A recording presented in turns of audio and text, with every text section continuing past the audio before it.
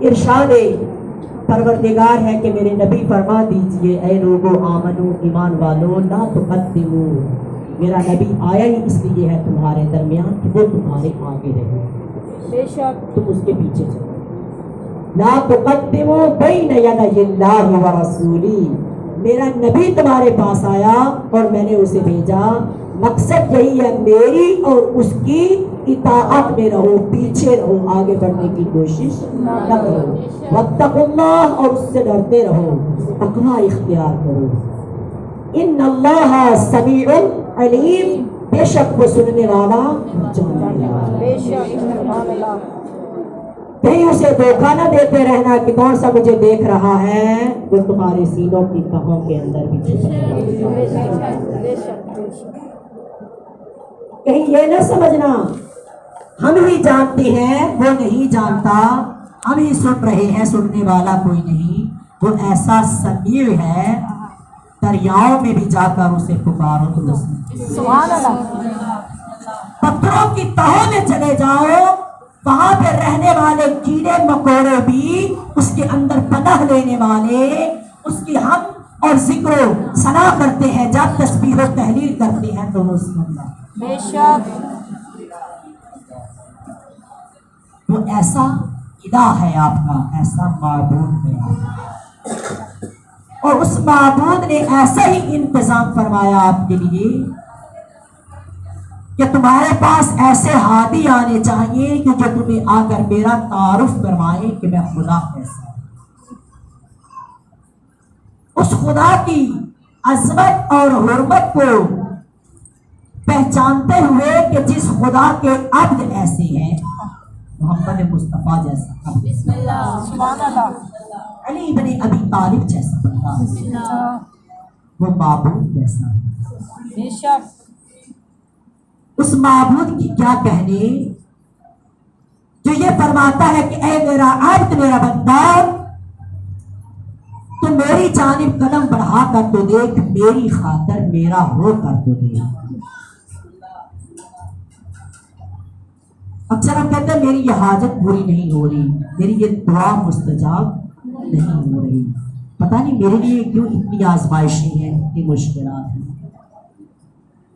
عزیزان من، مشکلات، آزمائشیں پروردگار عالم نے یہ سب کی سب انسان سازی کے لیے،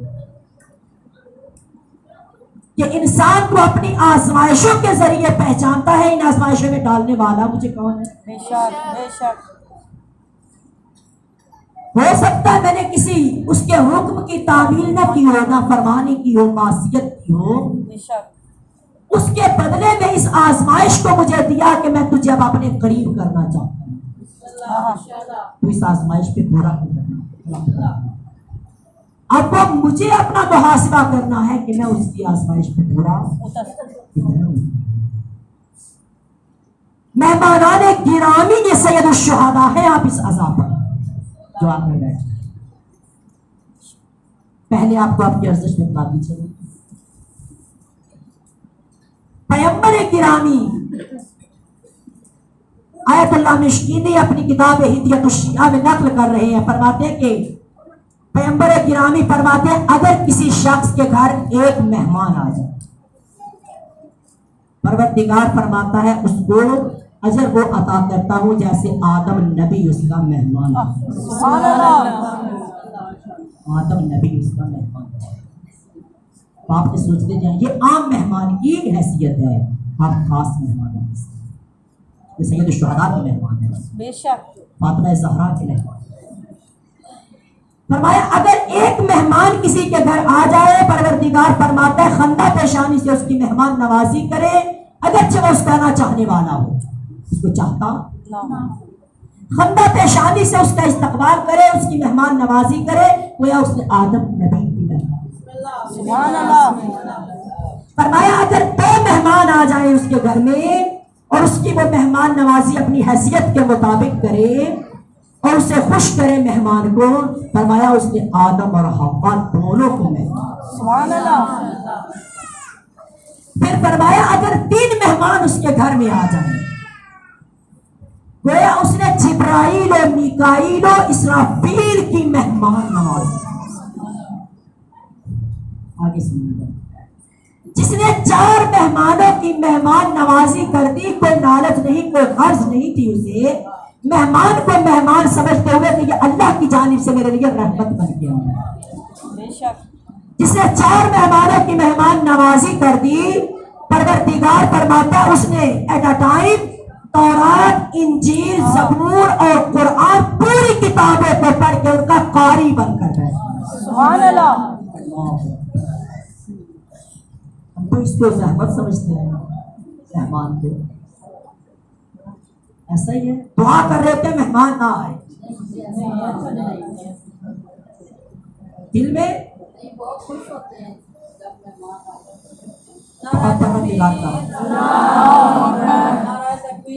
اللہ اکبر. یا رسول اللہ، یا رسول اللہ. زندہ باد، زندہ باد، زندہ باد.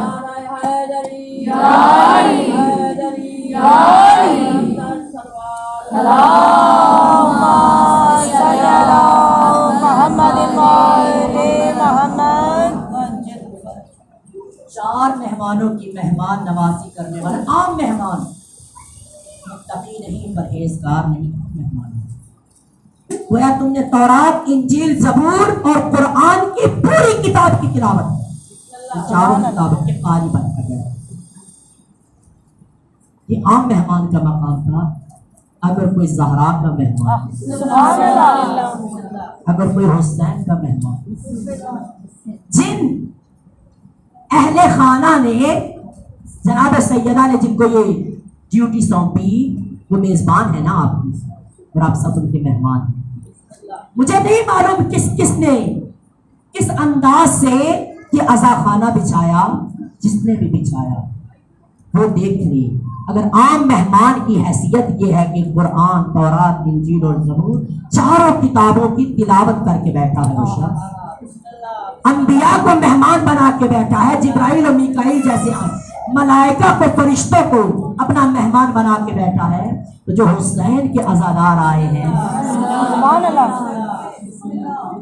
ان عزاداروں کا مقام کیا ہوگا؟ یعنی ایسے میزبان سے پوچھئے کہ پروردگار جب تجھے اجر عطا کرے گا تو کیا؟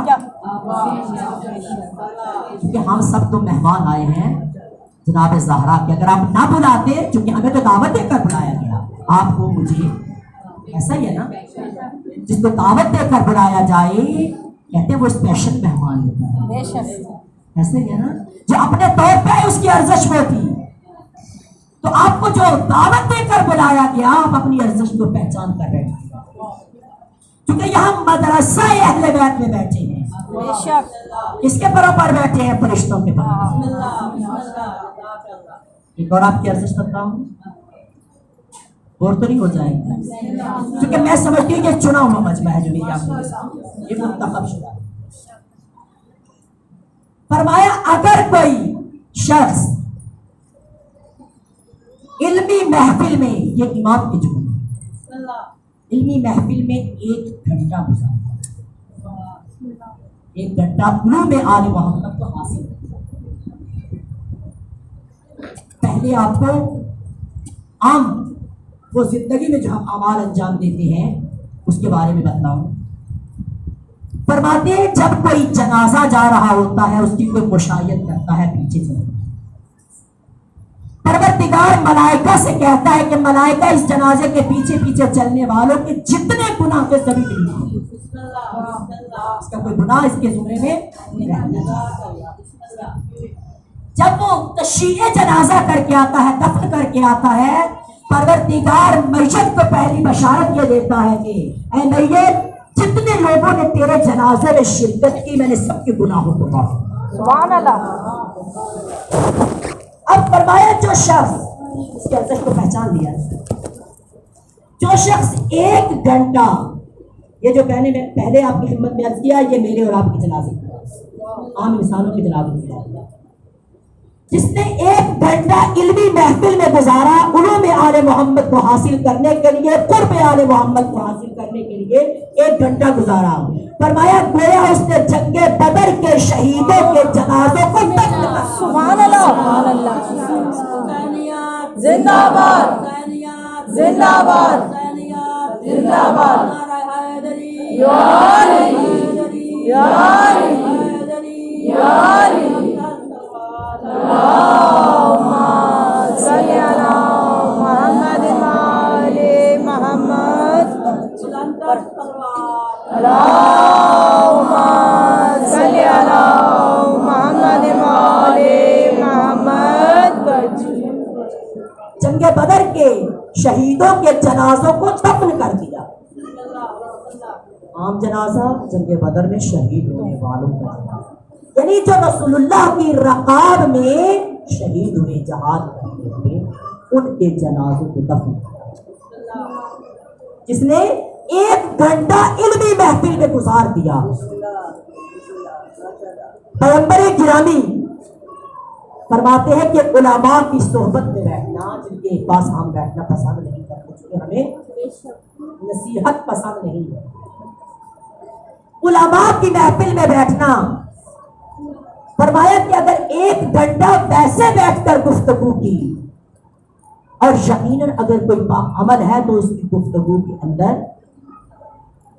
تاثیر ہے، وہ معصیت کی گفتگو نہیں کرے گا، آپ کو پاس دکھاتا ہے، فرمایا وہ 1 گھنٹہ بھی جنگ بدر کے شہیدوں کے جنازوں کو دفن کرے گا۔ سبحان اللہ۔ اس لیے عزیزان من، مکتب صادق آل محمد میں تشریف لے آئے، اس مکتب میں آ کر دیکھیے، صادق آل محمد کو صرف ایک عالم نہ سمجھیے۔ بہت سے لوگ سمجھتے ہیں کہ شاید دین انہوں نے حاصل کرنا ہے، جو علماء ہیں یا وہ لوگ دین کو حاصل کریں جو اسپیشل ہیں، اس چیز کے لیے کہ جو دوسری تعلیم کو حاصل نہیں کر سکتے، یعنی ڈاکٹر نہیں بن سکتے، انجینئر نہیں بن سکتے، باقی علوم کو حاصل نہیں کر سکتے، سمجھتے ہیں کہ وہ لوگ کمتر ہیں جن کے پاس علوم آل محمد۔ اپنے اکثر عزیز من، دین دوست بننا پڑے گا۔ کیوں؟ اگر آپ ڈاکٹر ہیں، انجینئر ہیں، جس فیلڈ میں بھی ہیں، سائنٹسٹ ہیں، جو بھی فیلڈ ہے آپ کے پاس، جو شعبہ بھی ہے، آپ دیکھ لیجئے ان مکاتب فکر کے، ان علوم کے ماہر سب سے پہلے وہ ملا حضرات۔ یہ بتائیے صادق آل محمد کس چیز کے ماہر ہیں؟ جانتے ہیں کس چیز کے استاد باپ ہیں یا نہیں جانتے؟ صادق آل محمد بہت بڑے سائنٹسٹ ہیں،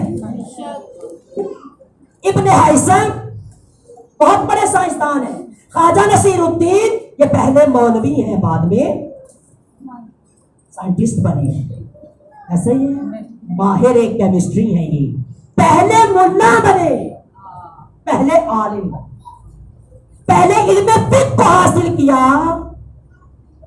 یعنی ہر سائنٹسٹ کو دیکھ لیجئے، ہر فلاسفر کو دیکھ لیجئے کہ جو بھی جس فیلڈ میں آیا، جس شعبے میں آیا، اس سے پہلے وہ علم فقہ بھی رکھتا ہے، وہ عالم بھی رکھتا ہے۔ اس عالم کے ذریعے آپ کو فارمولے ملے، اسی عالم کے ذریعے آپ ڈاکٹر بنے، اسی عالم کے ذریعے آپ انجینئر بنے، اسی عالم کے ذریعے آپ سائنٹسٹ بنے۔ بس پتا چلا مولوی صرف نماز پڑھنے پڑھانے والے کو نہیں کہتے، بے شک، مولوی جنازے پڑھانے والوں کو صرف نہیں کہتے۔ بے شک، جنازہ پڑھنے کے لیے تو 1 سال کا کورس بھی کافی ہے، کیونکہ چند دعائیں یاد کر لیں اور جنازہ پڑھا دیں۔